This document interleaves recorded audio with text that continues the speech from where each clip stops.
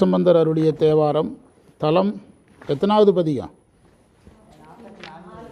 40. திருஞான சம்பந்தர் அருளிய தேவாரம் பதிகை எண் 44. தலம் திருப்பாச்சிலாச்சிராமம்.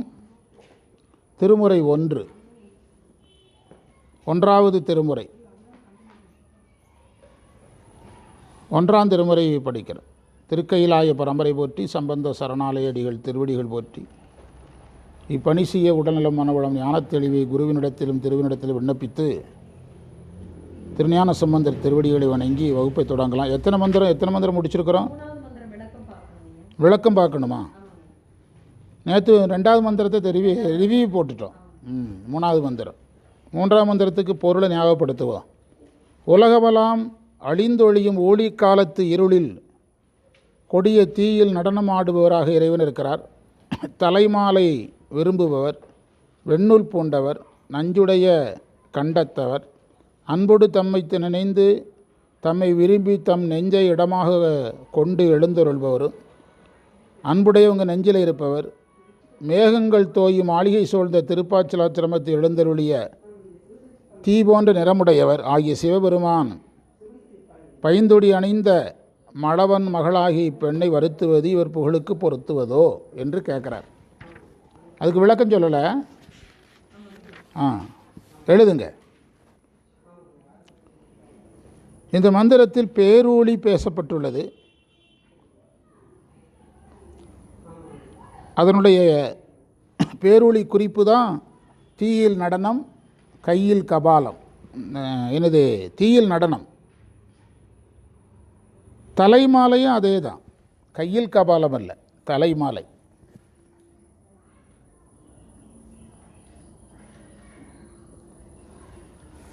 இறைவன் பிரபஞ்சம் முழுவதையும் ஒடுக்கி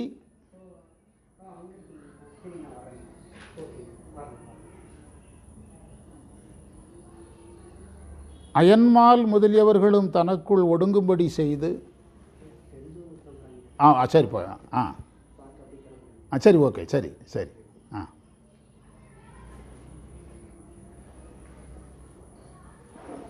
போயிட்டு வாங்கப்பா. சரி. அயன்மால் முதலியவர்களையும் ஒடுக்கி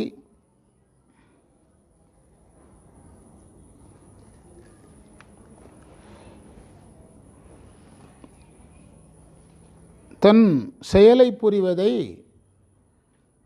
செயல்புரிகின்ற காலம் பேரூழி காலம்.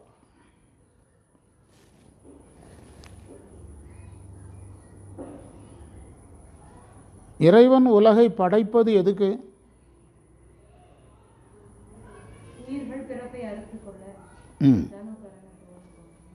அதாவது இறைவன் உயிர்களை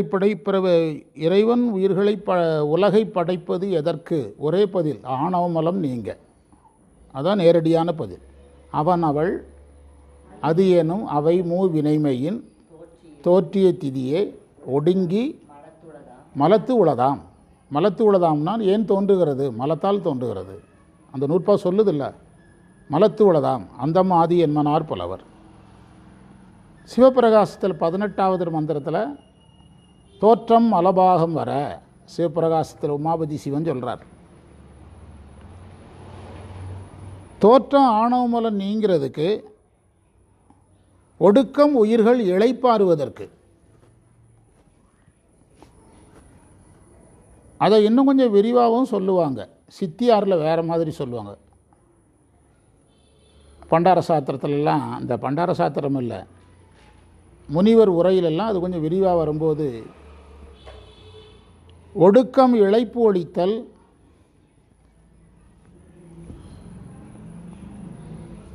ஒடுக்கத்துக்கு இன்னொரு விதமான காரணமும் சொல்லுவாங்க.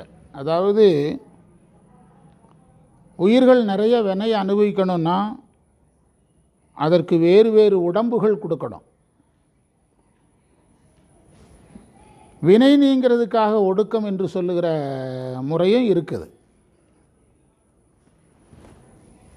வினை நீங்கிறதுக்காக ஒடுக்கம் என்று சொல்லுகிற முறையும் இருக்கிறது. இளைப்பு ஒழித்தல்ங்கிற முறையும் இருக்குது, வினை நீங்குவதற்கு. முத்தையா பிள்ளை அவங்களுடைய உரையில் அந்த குறிப்பு இருக்குது. வினை நீங்குவதற்கு ஒடுக்கங்கிறத எப்படி சார் புரிஞ்சுக்கிடுறது அப்படின்னா, இப்போ ஒரு உயிருக்கு 60 வருடம் வரைக்கும் மனுஷனாக வாழணும்னு இருக்குது. அதற்கு பிறகு அவன் இறந்து அதற்கு பிறகு அவன் பசுவாக பிறக்கணும்னு இருக்குன்னு வச்சுடுங்க. அப்போ அவனுக்கு எதை மாற்றணும்? உடம்பை மாற்றணும்ல. அப்போனா அவனை இறக்க வைக்கணும்ல. அவனுக்கு தனிப்பட்ட அவனுக்கு எதை ஒடுக்கத்தை கொடுக்கணும். அவனுக்கு கொடுக்கப்பட்ட உடம்பை ஒடுக்கி வேறு உடம்பு கொடுத்தாதான் அது அடுத்த வினையை அனுபவிக்க போகும். மனுஷனாக பிறந்து அனுபவிக்க வேண்டிய வினையை அனுபவிச்சுட்டு பசுவாக பிறந்து வினை அனுபவிக்கணும்னா அப்போ எதை மாற்றணும்? அப்போது உடம்பை மாற்றுறதுக்கும் ஒடுக்கிறதுக்கும் வினையை அனுபவிக்கிறதுக்கும் சம்மந்தம் இருக்குது அப்படின்னு ஒரு அட்வான்ஸ் நோட்ஸ் ஒன்று இருக்குது. அதையெல்லாம் நம்ம இதில் தெரிஞ்சு வச்சுக்கணும். இறைவன் ஒடுக்கிறதுக்கு உயிர்கள் ஓய்வு எடுக்கிறது மட்டுமே காரணம் கிடையாது. எதுவும் காரணம்? வினையை அனுபவிக்கிறதுக்கும் உடம்பு மாற்றுறதுக்கும் சம்மந்தம் இருக்குது. மனிதனாகவே இருந்து பசு அனுபவிக்கிற வினையை அனுபவிக்க முடியாதுல்ல. இப்போ பசுவாக பிறந்து அது காவிரியில் தண்ணி குடிக்கணும், காவிரி கரையில் புல் மேயணும்னா மனிதனாக இருந்து புல் மேய முடியாதுல்ல. அப்போ அவனுக்கு எதை மாற்றணும்? அப்படியானால் இந்த மூன்றும் ஒன்று கொண்டு சம்மந்தப்பட்டிருக்கிறது. ஒடுக்கம், ஓய்வு, அதில் ஓய்வும் அடங்கிறது. ஒடுக்கம், ஓய்வு, வினை நுகர்ச்சி, என்ன மாற்றுதல்? உடம்பை மாற்றுதல். அதெல்லாம் நம்ம சித்தாந்தத்தில் கொஞ்சம் அட்வான்ஸாக இதில் வர்றதுனால சொன்னேன். இதுக்கு விளக்கம் சொல்கிறோங்கிறதுனால சொன்னேன். தலைமாலையும் பேரொளியை குறிக்கிற குறிப்பு தான். வெண்ணூல் அணிதல் இறைவன் அந்தணனாக இருப்பது அல்லது குருவாக இருப்பது.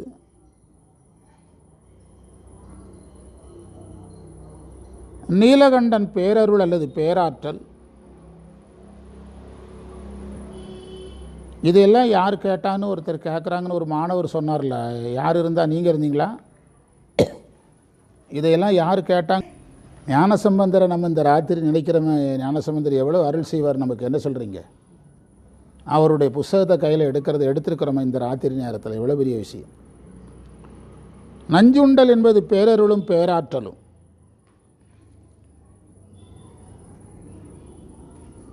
அடுத்த பத்தி, மேகம் சூழ்ந்த மாளிகை உடைய தலம்ங்கிறாரு.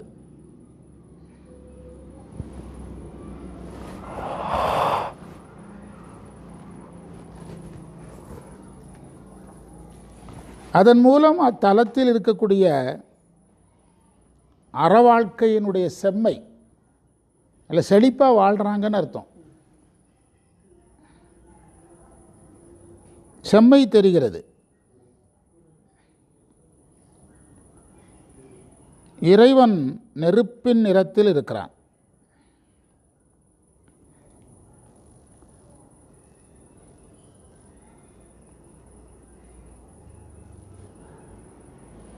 இந்த இறைவன் இந்த பெண்ணை இப்படி வருத்தலாமா, வருத்தக்கூடாதுங்கிறார். நேற்று வகுப்புக்கு வந்தவங்களுக்கு தெரியும், நிறைய புது செய்தி பதிஞ்சு கொடுத்தேன். புதிய செய்திகள் நிறைய பதிஞ்சு கொடுத்தேன் இந்த பதிகத்துக்காக. இந்த பதிகத்துக்கு ஒரு தனித்தன்மை என்னென்னா, அதில் இறைவனை பற்றி வர்ற செய்தி எந்த செய்தியாக இருந்தாலும் அந்த பெண் மேலே பொருத்தணும், கட்டாயமாக பொருத்தணும். இப்போது அந்த பெண்ணுக்கு ஒரு நோய் வந்திருக்குது, நரம்பு வலிப்பு, நரம்பு சார்ந்த நோய் வந்திருக்குதுன்னா அந்த பெண் செய்த வினை தானே. இப்போ நம்ம மேலே பேசின வினை தான் காரணம். அப்போ சைவ சித்தாந்தப்படி ஞானசம்பந்தர் யாரை குறை சொல்லணும்? ஏமா நீ இந்த தீவினைகளெல்லாம் செய்யலைன்னா இப்படி படுக்க வேண்டியது இல்லையம்மா, தீவினை செஞ்சு தான் இப்படி படுத்திருக்கான்னு தானே சொல்லணும். ஆனால் அவர் யார்கிட்ட தான் கேட்குறாரு? இறைவன்கிட்ட தான் கேட்குறாரு. நேற்று சொன்னேன், இறைவனுடைய சிறப்பையெல்லாம் எப்படி சொல்கிறாங்கன்னா, இவ்வளோ பெரிய இறைவன் நமக்கு இருக்கிறாரு, இந்த நோயையோ போக்க மாட்டார் அப்படின்னு ஒரு பார்வை. நேற்று சொன்னோம். இறைவனையா ரொம்ப உயர்த்துறாருன்னா, நம்முடைய இறைவன் பேரொளியையே செய்கிறவன், நீலக விஷத்தையே சாப்பிடக்கூடியவன், தேவர்கள் எல்லாரையும் அழிக்கிற விஷத்தை சாப்பிட்டாராம். நோயே ஒரு விஷந்தான்.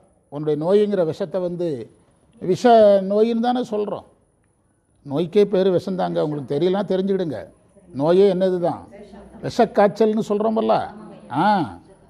அதனால் நோயே ஒரு விஷந்தான். விஷத்தை சாப்பிட்டா இந்த விஷம் உனக்கு ஒரு பெரிய விஷயம் கிடையாது. இப்படியெல்லாம் இந்த பதிகத்தில் வர்ற செய்தியெல்லாம் யார் மேலே பொருத்தி பார்க்கணும்? ஆமாம், இறைவன் மேலேயா? அந்த பெண்ணு மேலே பொருத்தணும். இறைவனை ஏன் இப்படி ஃபோக்கஸ் பண்ணுறாருன்னா, இறைவன் இவ்வளவு பெருமையாக இருக்கிறாரு, நீ பயப்படாத, காப்பாற்றுவார். ஒரு பொருள். இன்னொரு விதமாகவும் பார்க்கலாம். நேற்று சொன்னோம், இவ்வளவு பெருமை உடையவங்களாக இருக்கிறீங்க, இந்த பெண்ணுக்கு இப்படி துன்பத்தை கொடுத்துட்டு பார்த்துக்கிட்டு இருக்கிறீங்களா, அப்படியே என்ன செய்யலாம், கேட்கலாம். அப்படியே கேட்கலாம். இறைவன் தான் இந்த பெண்ணை இந்த துன்பத்துக்கு உள்ளாக்குனாருன்னு சொல்கிறாரு. அந்த பெண்ணை குறை சொல்லலை. அதுக்கு ஒரு உதாரணம் சொன்னேன். இப்போ ஒருத்தன் ரொம்ப நோயில் ஒருத்தன் படுத்துருக்கிறான்னா, நம்ம அந்த நோய் விஷயமாக அந்த நோயாளியை பேசுகிறதுக்கு மனசு வராது. அவனே எதில் படுத்துருக்கிறான். அப்போ நம்ம டாக்டர் பேச தான் மனசு வரும். டாக்டர் என்ன 10 நாள் 15 நாள் ஆகுதுங்கிறாங்க, ஏன் இதை ஒரு 4 நாளில் ட்ரீட்மெண்ட்டை முடிக்க முடியாதான்னு முடிஞ்ச அளவுக்கு யாரை தான் பேசுவோம். அதனால தான் ஞானசம்பந்தர் இங்கே யாரை பிடிச்சிக்கிட்டாரு, இறைவனை பிடிச்சிக்கிட்டார். அந்த பெண்ணை இறைவனுடைய அருளை வேண்டி தான் அவளை காப்பாற்றணும்னு ஆயிற்று. அப்படிலாம் நிறைய செய்தி புதுசாக பதிஞ்சு கொடுத்தேன் நேற்று. நிறைய செய்திகள் அதையெல்லாம் எடுத்து அதையெல்லாம் நீங்கள் எடுத்து பொருத்தி பார்த்தீங்கன்னா அழகாக இருக்கும். இந்த மாட மாளிகையில் அதுதான் நகரம் மாட மாளிகை இல்லைன்னா இது ஒரு பாவம் செய்த ஊர்னு சொல்லலாம். ஒரு கிராமத்துக்கு போகிறோம், எல்லாருமே குடிசையில் வாழ்கிறாங்கன்னா, என்னடா அவன் ஒன்றுக்காதவனெல்லாம் மாட மாளிகையில் வாழ்கிறான், கிராமத்து மக்கள் குடிசை என்னடா பாவம் செஞ்சாங்க ஊருக்காரங்கன்னு சொல்கிறோமில்ல. அப்போ மாட மாளிகை இருக்குன்னா என்ன அர்த்தம், நல்ல அறம் செய்த மக்கள் வாழ்கிற நகரம். அப்போ இந்த பெண்ணுடைய குடும்பமும் என்ன செய்தவங்க தான், அறம் செய்தவங்க தான். நீங்கள் இந்த பெண்ணை காப்பாற்றணும் அப்படின்னு இதில் என்ன 300 கான்செப்ட் வந்தாலும் 300ஐயும் யார் மேலே ஏற்றணும், அந்த பெண்ணுக்கு சாதகமாக ஏற்றணும். இறைவன் மேலே இருந்தாலும் அதை பெண்ணுக்கு சாதகமாக திருப்பணும். அப்படி என்று அந்த நேற்று அதை கொஞ்சம் புதுமையாக போட்டுக்கணும். நேற்று பாடம் கேட்டிங்கன்னா நிறைய செய்தி இருக்குது. அதில் சைவ சித்தாந்தத்தில் எது மேலே குறை சொல்லக்கூடாது, சைவ சித்தாந்தப்படி உயிர்களை குறை சொல்லக்கூடாது. அப்போ நீங்கள் வகுப்பில் எதுக்கு சொல்கிறீங்கன்னா அது வேறு. உயிர்களை குறை சொல்லக்கூடாதுன்னா, அதாவது அனாதியே உயிர்கள் 3 மலம் உடையது. அப்போ அது தப்பு செய்யும் அப்படின்னு ஏற்றுக்கிடணுங்கிறது தான் சைவ சமய கோட்பாடு. வேதாந்த கோட்பாடு நாம் உயிர்களை குறை சொல்லக்கூடாதுங்கிறதுக்கு நம்ம சொல்கிற காரணம் வேறு, வேதாந்திகள் சொல்கிற காரணம் வேறு. இன்றைக்கி புது செய்தி சொல்கிறேன்.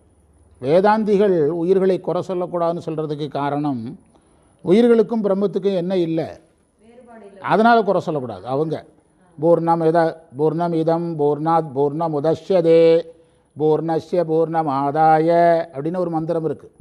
அது என்ன சொல்லுதுன்னா, ஒரு விளக்குலேருந்து இன்னொரு விளக்கு வருது. ஏற்கனவே இருக்கிற விளக்குக்கு என்ன கேரக்டர் உண்டு, அது எல்லாம் எதுக்கு உண்டு. அதே மாதிரி தான் இறைவனும் உயிரும். பூரணத்திலிருந்து பூரணம் வந்திருக்கிறது, அதுவும் பூரணம். ஓம் பூர்ணமத பூர்ணமிதம் பூர்ணாத் பூர்ணமுதஷ்யதே அப்படின்னு ஒரு மந்திரம், வேத மந்திரம். அது இந்த கான்செப்டை பேசுது. சைவ சித்தாந்தம் என்ன சொல்லுதுன்னா, வேதாந்தம் உயிரை குறை சொல்லக்கூடாதுங்கிறதுக்கு காரணம் 2 பேரும் சமம், குறை சொல்லக்கூடாது. சைவ சித்தாந்தம் 2 பேரும் சமம் இல்லை, அதனால் குறை சொல்லக்கூடாது. இப்போ ஒரு வீட்டில் ஒரு 2 பசங்க இருக்காங்க. 18 வயசு பையன், இன்னொரு பையன் ஒரு 7-8 வயசு பையன். ஒரு குறிப்பிட்ட வேலை நடக்காததுக்கு யாரை திட்டலாம், 18 வயசு பையனை திட்டலாம். யாரை திட்ட முடியாது. அதே தாங்க உயிர் மேலே, அதே பேசிக்காகவே வீக்கு. அதை போய் நீங்கள் குறை சொல்லி என்ன பிரயோஜனங்கிறது யாருடைய கோட்பாடு, சைவ கோட்பாடு. அதில் அந்த நுட்பமெல்லாம் அங்கே இருக்குது. அதனால தான் ஞானசம்பந்தர் யாரை குறை சொல்ல, அந்த பெண்ணை குறை சொல்ல. நீங்கள் ஏன் அந்த பெண்ணை இப்படி படுத்துறீங்கன்னு தான் கேட்டார தவிர, முறைப்படி இறைவன் படுத்தலை. என்றைக்கோ அந்த உயிர் தெரிஞ்சோ தெரியாமல் செய்த வினை தான் நோயாக வந்திருக்குது. இப்போ காரணம் யார் தான், அந்த பெண்ணு தான். இறைவன் ஞானசம்பந்தர் இந்த பெண்ணுக்காக அவ்வளோ அழகாக பேசுகிறார். இந்த பெண்ணுக்காக அப்படி பேசுகிறார். அற்புதமான பதிகம். அதை நம்ம எல்லா பதிகங்களையும் நம்ம வித்தியாசமாக பார்க்குறோம். இதையும் அதே மாதிரி பார்த்துருக்கோம்.